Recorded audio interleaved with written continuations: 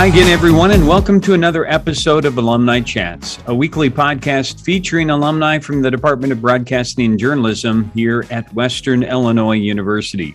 My name is Buzz Hoon. I'm the host of the podcast, and today I'm talking with Thom Cornelis, a 1971 graduate. Welcome to the show, Thom.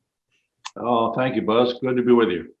Now, Thom, you were a longtime presence in the Quad City TV market, but you have since retired. You want to let everybody know where you are, what's going on in your life, kind of give a little bit of a life update? Well, yeah, I retired from 44 years of broadcasting here in the Quad Cities market on September 16th, 2016. I remember that day because it's also my wedding anniversary. Oh, nice. My second daughter's birthday. So I figured I'll remember that day because I know something important is supposed to happen. So I've been retired since then and living in my hometown of Moline, and just pretty much kids and grandkids. And I work part-time out at the TPC at Deer Run, where they host the John Deere Classic. I'm what they call a course advisor, which is their glorified term for starter / ranger. So that's kind of how I keep busy. Well, great. Let's start back at the beginnings and talk a little bit about, you're from the Quad City area, as you mentioned. Talk about where you went to high school and some of the things you did that kind of got you into an interest in the sports area. Well, I went to Alumni High School in Rock Island, the Catholic high school there, and played both baseball and basketball for the Pioneers. And we had some good teams, made it to state in 1964 when there was only one class. We finished fourth in basketball and also in baseball the same year. So that was an exciting time for me. I decided to go to Western at the urging of a good friend of mine, Jim Mortier, who was a football player at Western, lived in Moline, and also Sticks Morley, who was then the basketball coach, dropped me a few lines. So I decided to go to Western, and certainly glad I did. Although I didn't finish up playing basketball and baseball, I was trying to play both at the same time and ended up getting mono. And but then I decided, maybe intramural sports is probably the best for me. So let's talk about, how did you get an interest in the media? When did that start? I think I'd always been interested in it, but it really came to fruition, I think, my sophomore year. I was still trying to figure out, we were going through the Vietnam draft. Everyone was, half of us were getting in the lottery, half of us weren't. And so I decided to switch majors. I was a history major at the time, thought I'd be a coach. And then started to realize I probably wouldn't have the patience to put up with the parents of these players. I'd have probably been fired several times. So yeah, you had to take a speech course back then. I say back then, in the late 60s, to graduate from Western. And it happened to be that the teacher of the speech class that I took was a guy named Bob Arnold, Dr. Bob Arnold, who was head of the broadcasting department at Western at the time. And after hearing a few of my little samples or speaking, whatever, he said, I also teach broadcasting 101. I think you'd like that. And he was right. So he pointed me in the right direction. And I realized then that's probably the career path I wanted to take. I wanted to stay connected with sports, but at the same time, I was very interested in the overall media aspect of it. So I ended up working, at the campus radio station a little campus TV, and ended up graduating. And it wasn't a full major then either. Right. Today, as you know, Buzz, it was speech / communication. So that was my major when I got out, and I didn't get a job right away. I was living in Chicago with some fraternity brothers and whatnot, doing this and that. But I happened to be visiting my parents, and heard there was an opening at the ABC affiliate, WQAD in Moline. I was sitting in the lobby filling out the resume and whatnot, and this gruff old man comes down the stairs and he sees me and said, "Hey, can you do weather, kid?" I said, I said, "Sure." Never done weather in my life, but I did know enough about the Quad City market. There's two states. Back then it was just a fiberglass map of Iowa and Illinois, and I knew where the cities were. So I got hired as a probationary news employee and backup weatherman. That's how you got started. Like I say, until you got to get your foot in the door. Yeah.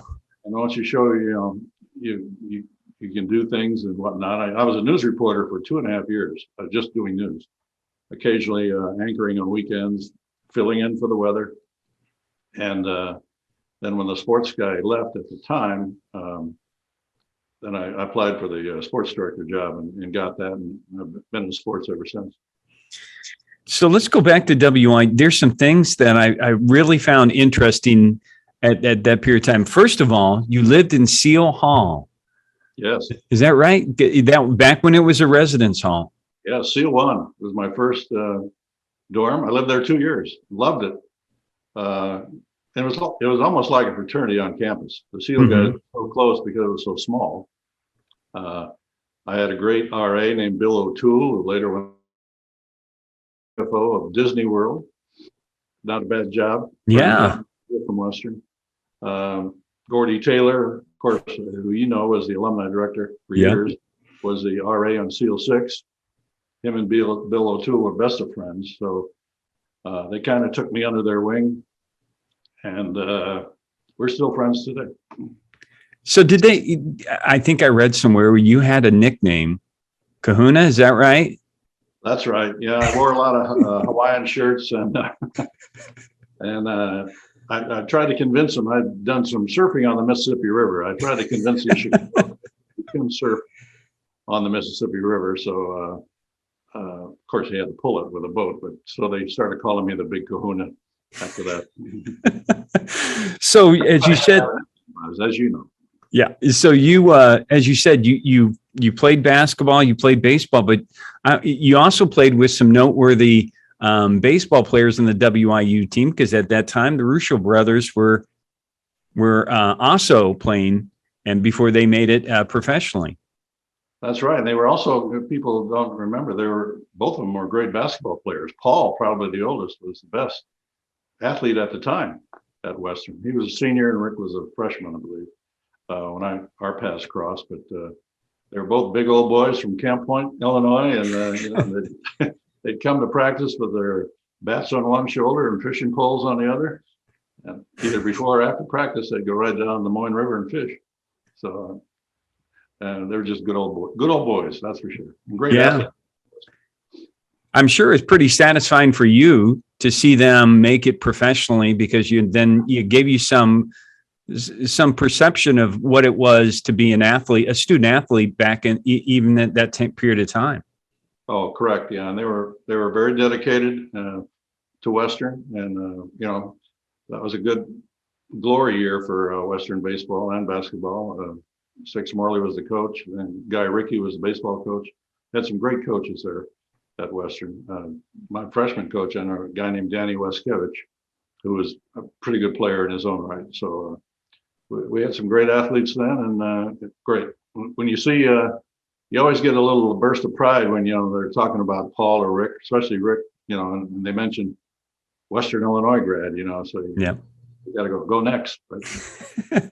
So you also got involved with fraternity life. You became a teak, right?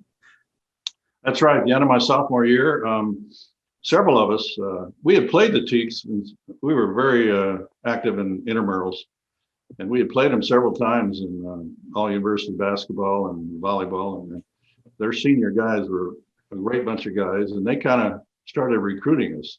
Several of us on Seal 1. Said, "Hey, you guys can take over this thing if you want to." And I think at that time I was looking for something. I lived in Seal for 2 years, but at the same time looking for something else.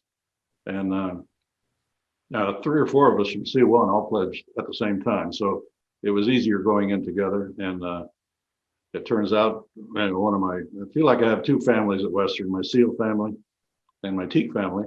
And amazingly, we still get together, the Teaks, to this day. Still have a great email chat room. We get together at homecoming and various fundraisers. Our good fraternity man, Jim Miner, has a charity golf outing for his wife. We had 14 guys there in August, 40 guys sent in sponsor flags. So, I mean, the participation is still very rewarding. It's really unbelievable. I don't think some people don't realize the impact that sorority and fraternity life may have on a young person, and how that will set them up for the rest of their life. As you said, you have relationships with these people that probably impacted you long after graduation.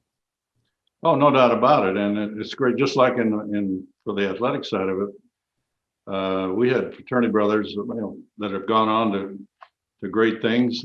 Danny Isaacson is like the health guru to the stars. John Travolta, and he's a physical trainer. Bob Nardelli has been CEO of, RCA and Chrysler. And these guys were rec majors at Western, rec majors, business minors, and fraternity brothers as well. And we still touch base all the time. So another important life event, you get to meet your wife here. Can you talk a little bit about meeting her? Well, yeah. One of my fraternity brothers, a guy named Denny Graham, was engaged to an Alpha Tau named Alan Sullivan. And of course, I was going to be in their wedding. And Marcia Sullivan, her Ann's sister, was in the wedding. We got paired together. So evidently we had a good time at the reception. So then she came down to Western the following year and went for a year and a half. And after I graduated, and we got together, and the rest, as they say, 4 kids, 7 grandkids later, is history. That's amazing. That's a great story, though. I mean, that's there's so many wonderful WIU stories like that. I mean, I personally met my wife here at WIU as well, and that's that's also part of the wonderful connections that the university can do for people. Yeah, and a little factoid there. Not only did Denny and Ann were married. Denny was a Teak. Marcia and I'm a Teak. My pledge son, Kim Holmgren, married another Sullivan sister. So we have, needless to say, when we get together for family reunions, we have no trouble talking. Great. So, as you said, you got your first job in the Quad City market, which was, a great start for you. And you started a little bit in news, which I'm not sure, as you said, you wanted to probably move into sports. That was probably more of your comfort area. How did you eventually get that opportunity to move into sports, and what were you trying to do to set yourself up, for success? Well, I think being a news reporter for the over 2.5 years really helped, because you're writing every day. We're using film back then. Yeah, the kids today don't even know what it is, but back then it was film, and you're editing your own film, and you're doing all the things it takes to get a news product on the air. And covering city council meetings. My first story really was I hate to say it, a mass murder in Davenport at a tavern. That was the first one I was kind of thrown into. And boy, you grow up quick. Yeah. When you have to cover something like that. So getting to know, the politicians, the police chiefs, and just everyday people when you're covering news, I think made it a greater transition. And when the sports job opened, I didn't get it the first time I applied for it. You have to know that. In fact, the general manager who hired me, I went up to his office and asked about the job. I said, "Hey, I'm in the building. I've done it a few times. I was anchoring on weekends." He pulled out a desk drawer. He said, "Hey, look at here. There's 40 applications here. They're better than yours." So I said, "Whoa." So disappointed at the time, but I stayed with it. And then that guy who got my job left a year later, and when it opened again the second time, I don't know whether they felt sorry for me, or I kind of hinted I was going to leave if I didn't get it, but it worked out that time.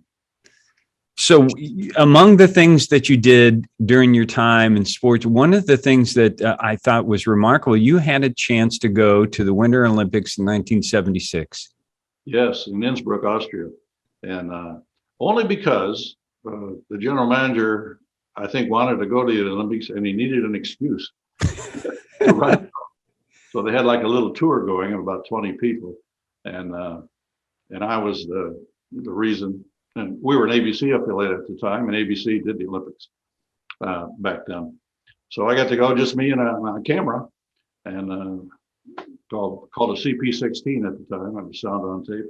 And of course, I couldn't send. I got to do one live shot back from the ABC studios, which was fun. But most of it was just all on film, and I brought it back and made a half-hour special out of it that we aired right before The Sound of Music, believe it or not, which is when you open your window in Innsbruck every day, you felt like Julie Andrews was going to appear. Was that your first time going to Europe then? Yes. Yeah, my first time. It was fascinating, and learning the language enough to get by. I got to see a guy named Franz Klammer. We wore the golden ski suit downhill, ski right over my head. Dorothy Hamill won her Olympic skating medal when I saw it, and got to see the hockey team. In fact, we were in a nightclub one night when the West German and Americans hockey team got in a big fight, and somebody said, "Get in the closet."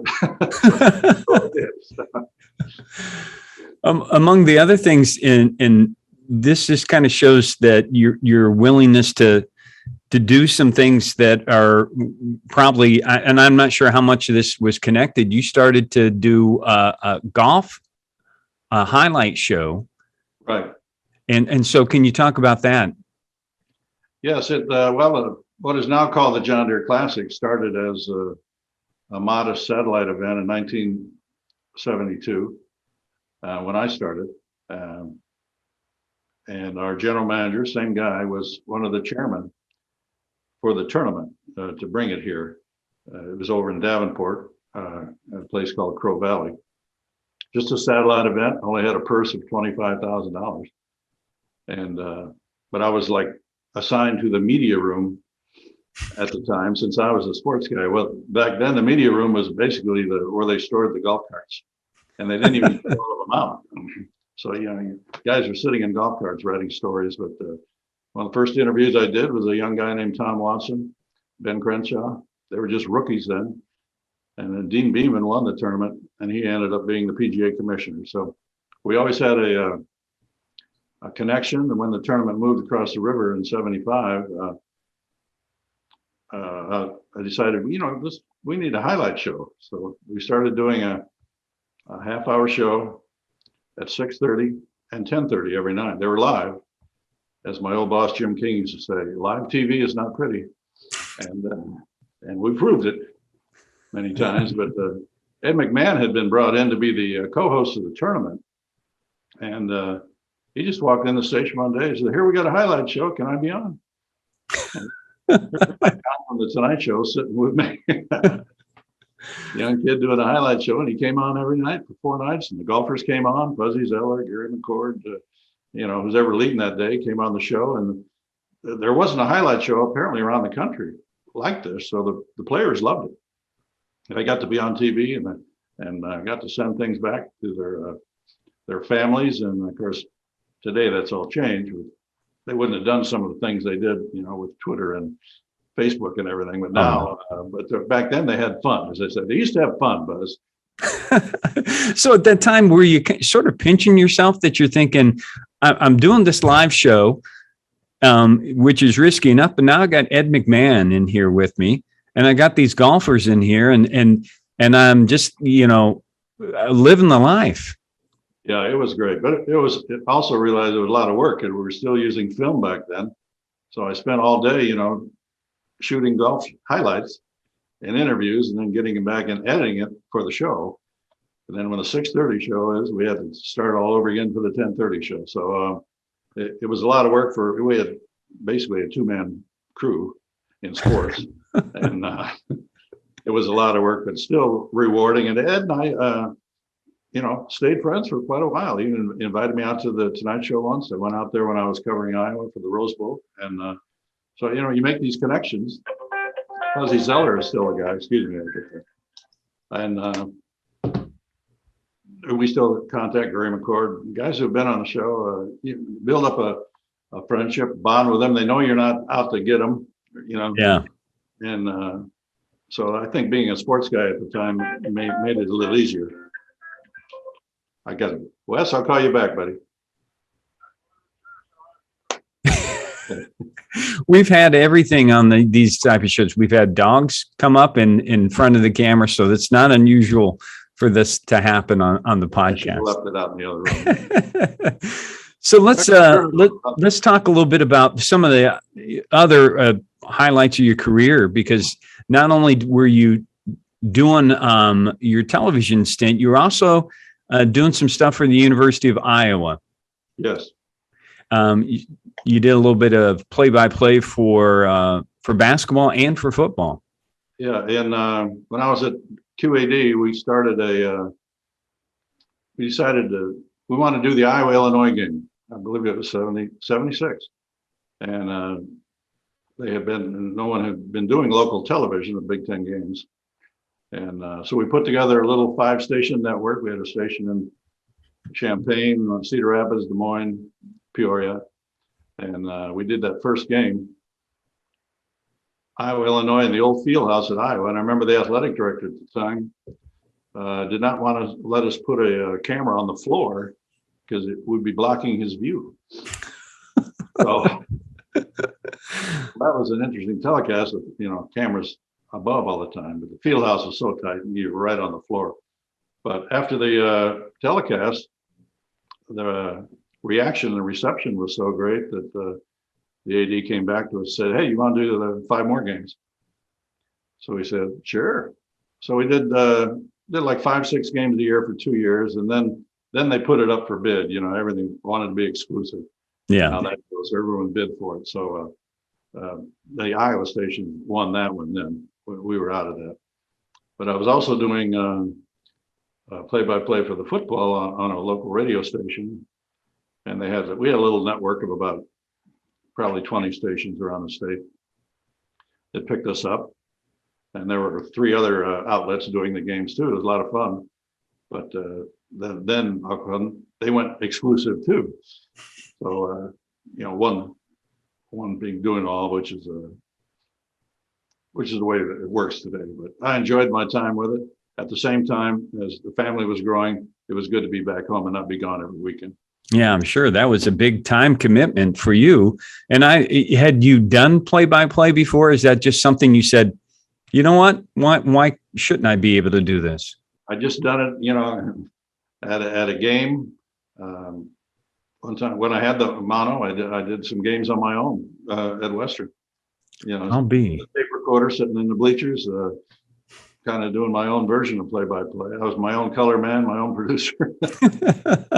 See what I would sound like. So when I did get the chance to do it all, and I had done a couple local high school games on the radio, so that helped too. We local radio station that did Quad City games. So I had a schedule that worked out for it. I worked Sunday through Thursday on TV, so I had my Fridays and Saturdays a little available to do the high school games, then do Iowa, and also to watch my son play. We played at Alumni, and so I got a chance to see him play, which normally I wouldn't have been able to do. Yeah. And the other part of your story in terms of the Quad City TV market is you went to KWQC, which is you don't see that a lot in the same television market where people will transition to another station. In part because you're established, people know you, and so they'll. Part of the reason they don't like that is because they'll follow you to another place. Well, exactly, and this was 1984 when I switched, and KWQC back then was WOC. They had a news director that came in from New York, and he had worked with a lot of hot guys, talents and whatnot. And they, New York, they were raiding stations all the time. And I met him a few times at golf events and charity events, and he came up to me and said, would you want to come over? Because we're going to make a bid do the Iowa basketball. be better to have you on the Iowa side. Well, that interests me, one thing. And also there was some issues going on at QAD that I wasn't real thrilled at. So, and he kept saying, I don't believe you have any paper on you. I remember I said, don't have any paper, which was a non-compete contract. Mm-hmm. Well, there was kind of a gentleman's agreement back then between the three stations that no one would rate each other's talent. So I was like the first one to do it. Ken McQueen was his name. He said, yeah, you can walk across the street tomorrow. I said, okay. And as soon as I did that, the other stations started drawing up non-compete, and they called it the Cornelis clause for about 5 years, because to prevent other ones from doing it, you had to wait a year before you could do it. But I could go right then, and I did. And I was, transition went easier than I thought. Guys that were kind of competitors and rivals welcomed me to the other side. And this market is pretty unique. You get Iowa and Illinois, but the Iowa side with KWQC is the dominant station and still is. And so that worked out fine for me. So over that period of time, as you had mentioned, you started out using film. You transitioned, I'm sure, to tape, and just the development in technology, the transition, and all of that.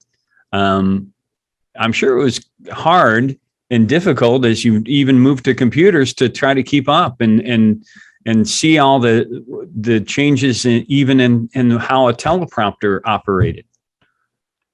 That's probably the biggest adjustment, because I'd worked so hard on eye contact through the years to be able to look at the camera and not look down at your notes so much.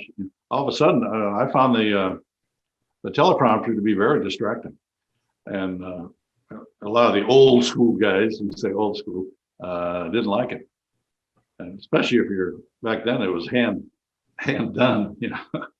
Some guy, if he didn't keep up with your style of reading, you'd get lost. Yeah, or he'd get lost. But fortunately, in sports, most of it was ad lib anyway. You're doing highlights. You're not on prompter. Maybe your opener's on prompter, but the rest is for you. So that was a little easier, I think, for me, because I didn't worry so much about reading the prompter. But the technology is the one thing that was always a challenge. Going from film, they started videotape. We were kind of half and half for a while, then different kinds of videotape. Each time it got smaller, more compact, so the cameras could handle it. And then when we started live technology, we did our first live shot from the Quad City Open golf course. I remember right outside Ed McMahon, he had a little gathering area for the players called Ed's Place, and they'd come in and have a few Budweisers after their round. And first time we went live, the guys were all looking at it, and one guy actually fell right at my feet as they throw it out to me. Jim King says, "What's going on out there, TC?" Well, it looks like Thom Shaw just dropped in, and they're dragging him up. He says, "Live TV's not pretty, but it's pretty exciting." I'll be. Now it's computer chips, as you know, it's computer chips, and you can do all your editing right there and send it right to the. And that's probably the biggest challenge for me especially at the end. It was changing every year. Every year was something new. And of course now there's more importance on social media. Do you think that would have been anything that you would have, liked to do? Is that something that you would have been sort of hard to get into? Yeah, I could see that coming toward the end to kind of hasten my decision to retire. The news directors were getting they were more focused on how many likes they wanted you to tweet and send likes no matter where you were all day. And they're more concerned about how many likes and responses you were getting than I thought, getting the product on the air. So now they got a point where someone else kind of does that, takes it off the reporter, because, there's a little danger involved too when if somebody knows where you're at all the time. So I saw that coming, and you just chalk it up to being old school, but I didn't like it. I know they use it now. quite a bit. Everybody's got to plug their app and do this, but you have to realize most of the people under 40 aren't watching TV news, Yeah. local news tonight. My kids even don't watch it unless I'm there. So, if there's a story they want to see, they'll look it up online. That's And right. our newspapers and regular nightly news are, I'm afraid, getting to be almost extinct. One other thing that I want to sort of highlight about your presence in the Quad City market was you were also involved and have been involved with the Bix 7 road race. That's right. It's a unique 7-mile road race that goes up and down the hills of Davenport along the Mississippi River. It brings in international runners from all over the world. And we started televising it when I was at the ABC station in 1980.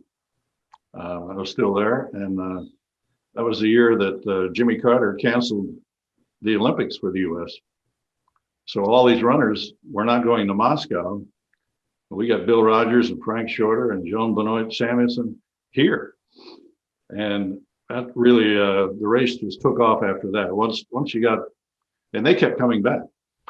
So, that's 40 years ago. We did a live, even when I switched stations, and we took the race. I took the race with me, but we got exclusive rights to the race, and we did it at KWQC, and they're still doing it today. That's amazing. And I personally have run in that a few times, and it's a killer race. It is a heck of a run. You don't know how long 7 miles is till you go up and down. And actually going down the first mile is all uphill. Yeah. The last mile is downhill, but after you run the 6 in between, you don't realize how tough that downhill is. So, Thom, one of the things that I want to also point out that you've been really involved. Well, first of all, you were recognized by your high school. You're in their Hall of Fame, and you are also a WIU Alumni Achievement Award winner, which is a remarkable award as well. But you've stayed involved with the Alumni Council. You stayed involved with the Leatherneck Club, all things.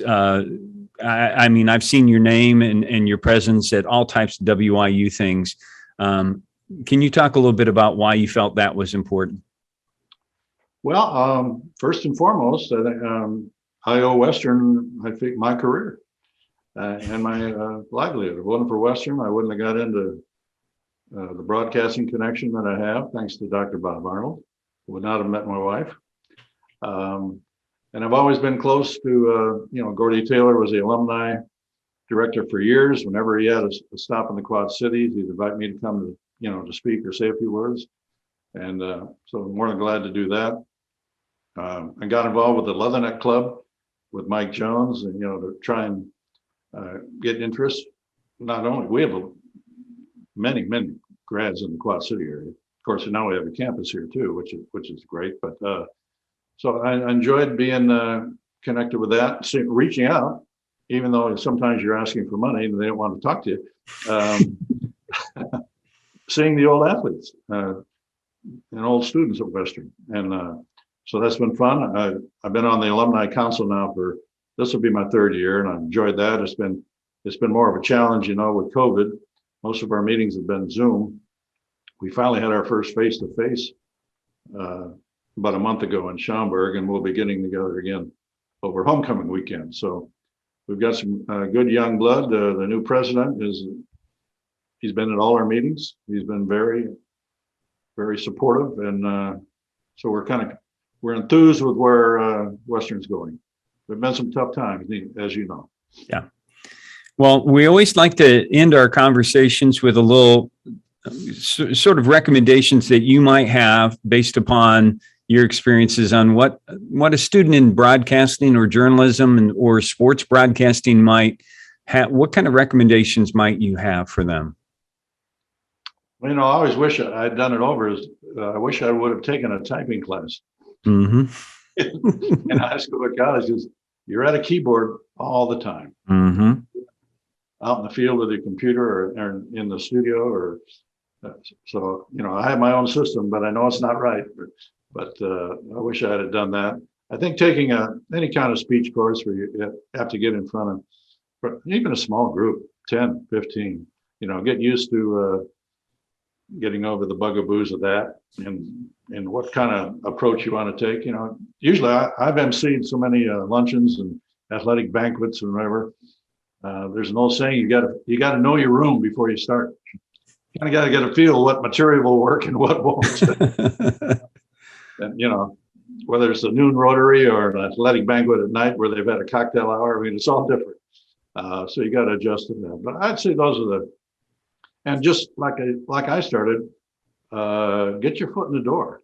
When you apply for a job, it may not be the job you apply for, but say they got a job for a cameraman. Well, you're going to end up shooting your own stuff anyway. Right. Now you're called a video journalist, where the reporter goes out and actually shoots his or her own things and edits it.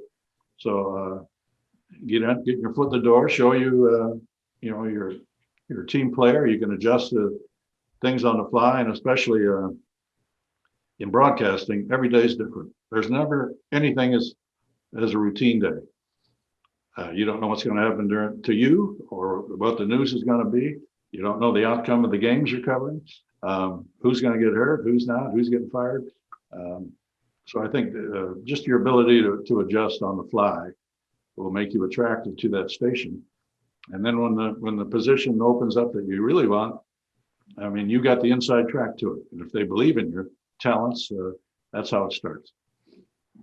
Well, it's been wonderful to talk about your career, Thom, because I think that you have been so creative in taking advantage of and believing in yourself in so many different ways. And I just want to, thank you for your time, and also thank you for your connection to stay with the WIU community at large, and for the recommendations.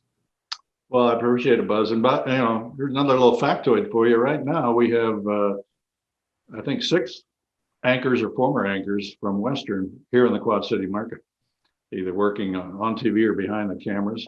And all 6 police chiefs are Western grads. Nice. So, they're out there and they're ready to say go next whenever they get a chance.